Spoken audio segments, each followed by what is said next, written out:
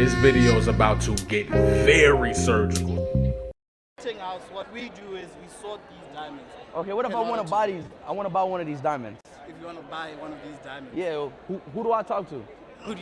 you'd have to talk to De Beers or the site holders because we don't sell. We only have 2 customers. 2 customers? But I can't be a customer. This is my first time in Botswana. We can make arrangements for you to buy diamonds. Yes. But these are rough. Yeah, I know, but what if I want to buy a rough diamond? No. We only sell rough to 2 customers. And then maybe you can talk. Is that part of your contract? Y'all can only sell to 2 customers. That's part of the contract. Okay. And just to highlight, these are all natural diamonds. So we're selling the natural diamond stone. The natural diamond is forever. So these are from the ground, no synthetic, no diamond, no lab work. These are 100% natural diamonds. From our 4 mines in Botswana. We have 4 mines. You can only sell natural diamonds to 2 customers, even though those diamonds come straight from your mines? Fair enough, chap. Fair enough. I guess we can't buy a diamond here.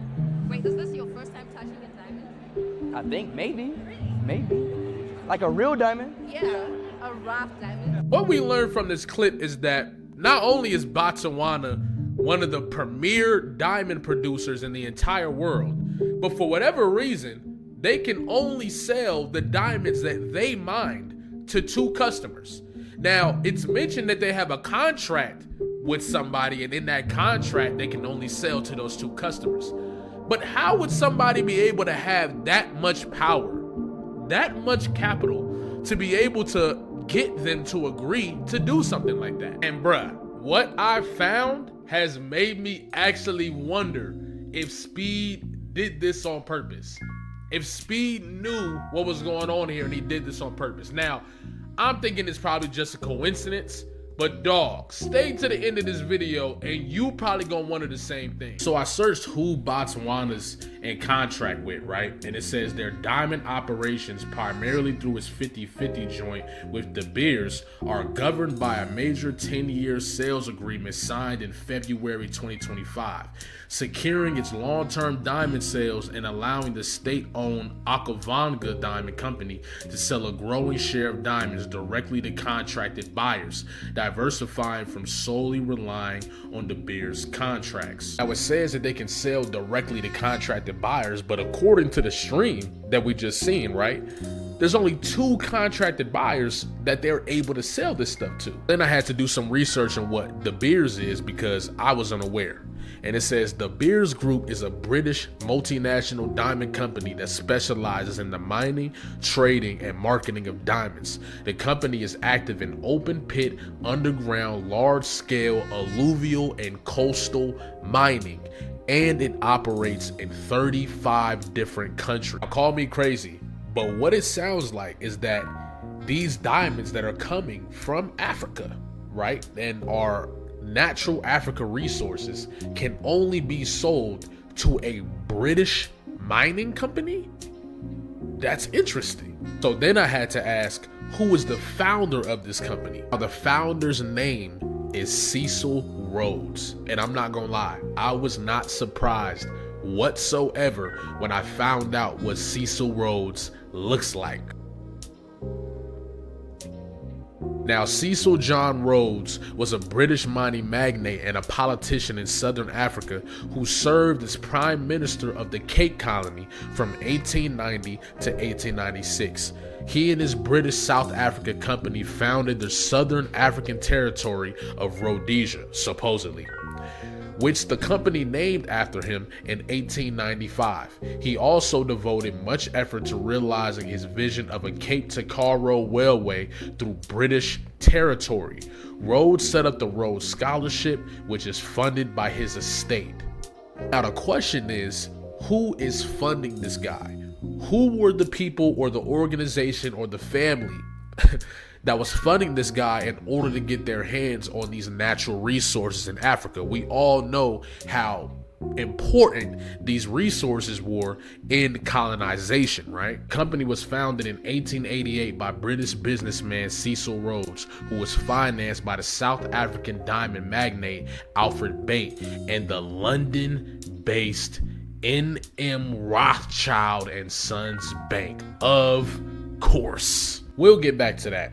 But in 1926, Ernest Oppenheimer, a German immigrant to Britain and later South Africa who had earlier founded mining company Anglo American with American financier J.P. Morgan, was elected to the board of De Beers. He built and consolidated the company's global monopoly over the diamond industry until he died. This sounds like hip hop. This sounds like all the different stuff that people of color, black people, Africans created and built and had natural connection to, and it was colonized. This is exactly what it sounds like.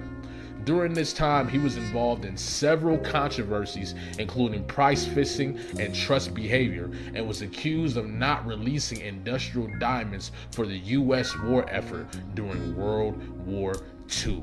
In 2011, Anglo American took control of De Beers after buying the Oppenheimer's family stake of 40% for US $5.1 billion and increasing its stake to 85%, ending the 80-year Oppenheimer control of the company. The company is currently owned 85% by Anglo American and 15% by the government of Botswana. So hold on, bro. So you're telling me that these diamonds are found in Botswana, mined in Botswana, and yet they only have 15% stake in the company?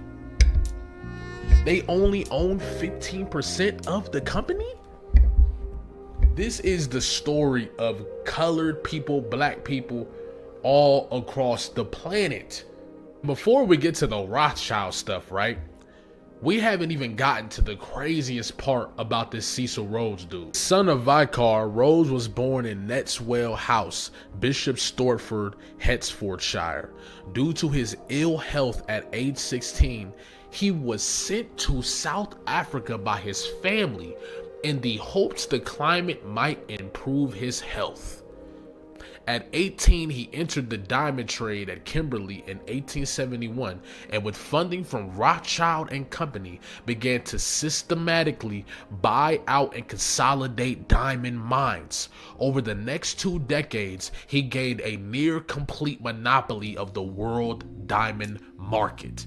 In 1888, he founded the diamond company De Beers, which retains its prominence into the 21st century. So this whole thing got started because he was ill and got sent to South Africa in order to get better.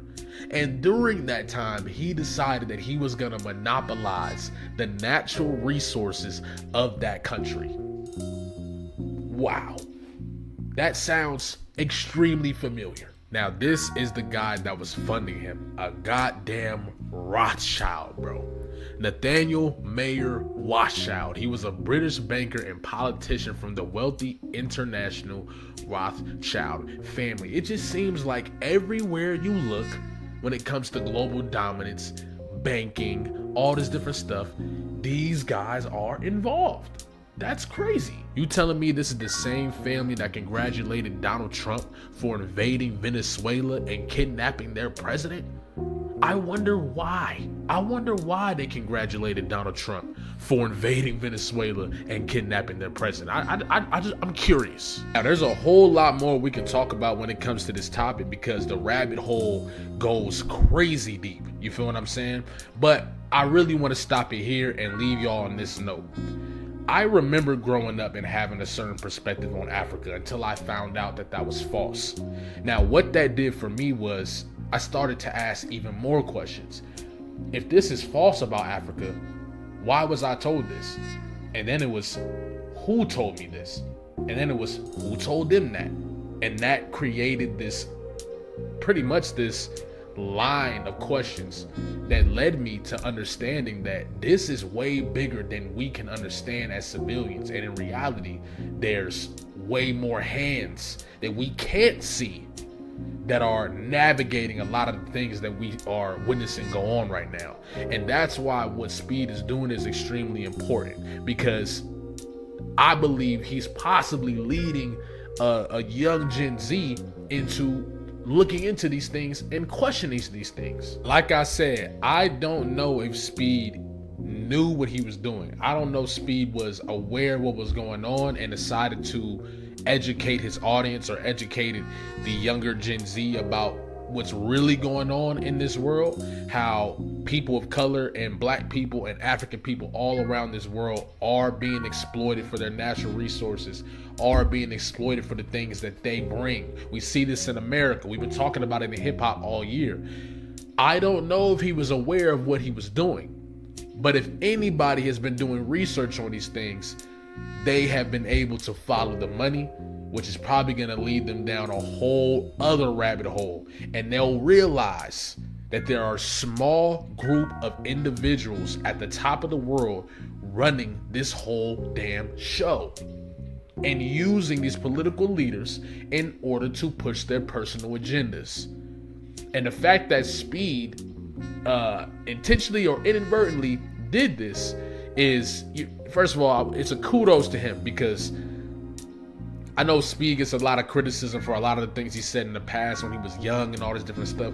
But let's keep it real, man. The impact of what he's doing, his growth, his maturity, really teaching the kids to really care about their fitness, teaching the kids to want to go explore, teaching the kids to do their research on these countries that aren't just America, breaking down propaganda. You got to give him his credit. You got to give him his propers. And I think he has single-handedly been rewriting generations of propaganda against Africa. That being said, there's a possibility I'll swing back to this topic, but for now, we're going to leave it here. And I appreciate y'all. Like, comment, subscribe, especially if you're new here, especially if you've been here. And I'm going to just leave y'all with one of my favorite songs that I put out that I think is very relevant to this day. Check this out. This year I promised I would sing about you. Get on the verge of tears when I think about you. Kids out in Flint, no drinking water. I guess war more important than the people, mama. I guess war more important than the people, huh? It's to protect my freedom, got nothing to do with evil, huh? Maybe it don't, but if live and let live is the only law, America got a pending criminal charge. I'm upset, cause I ain't supposed to rap about this shit, cause a million motherfuckers done did it before I did, meaning that shit changed. I wanna be another what if, don't wanna inspire the next mind. I want it to end, my generation got the energy right, but we don't recognize the enemy right. It's cause you black, I don't think that mean your enemy white. It's some niggas with them honkies getting rid of your rights. It's some women who see women as objects, helping run sex rings, luring young girls in, selling them a wet dream.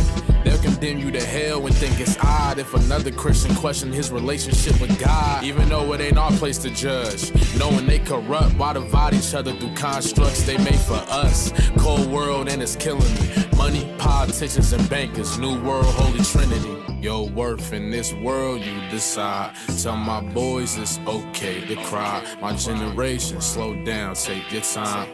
Gotta make sure no child left behind. Kids go missing, some never to find. Give them a kiss, see you later, never goodbye. My generation, slow down, take your time. Gotta make sure no child left behind. Casualties of war will never get closure till we avenge every child turn child soldier. Long as it's land to take, it's not over. Long as it's money to make, it's not over. Casualties of war will never get closure till we avenge every child turn child soldier. Long as it's land to take, it's not over. Long as it's money to make, it's not over. Casualties of war will never get closure till we avenge every child turn child soldier.